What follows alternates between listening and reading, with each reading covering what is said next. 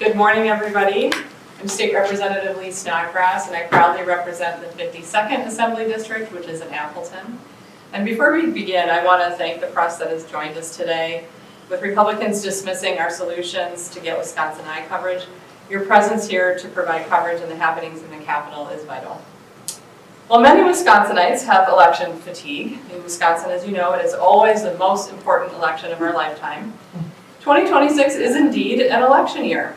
Unfortunately, the closer that we get to an election, the more we see bad actors increasing their attempts to undermine voter access, interfere, or cast doubt on the integrity of our elections.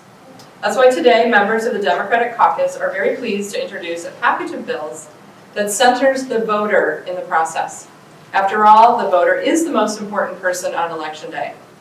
The Voter Care Package, Confidence, Accessibility, Residency, and Ease, includes bills on automatic voter registration, restoring residency requirements, notifying the public of changes to polling locations, keeping polling locations safe, or assuring that student voters can use their student identification. And finally, making sure that our municipalities and clerks have the funds needed to ensure that they have the ability to have the supplies and equipment needed for safe, secure, and accessible elections. And finally, I would just like to mention that when we inquired about the next time the Campaigns and Elections Committee might meet, we were told that Republican priorities for the committee had already been met, and that there were no scheduled meetings at this time. While Republican priorities may have been met, the priorities of Wisconsin voters, Wisconsin clerks and election officials, and those who deeply care for our democracy have not been met.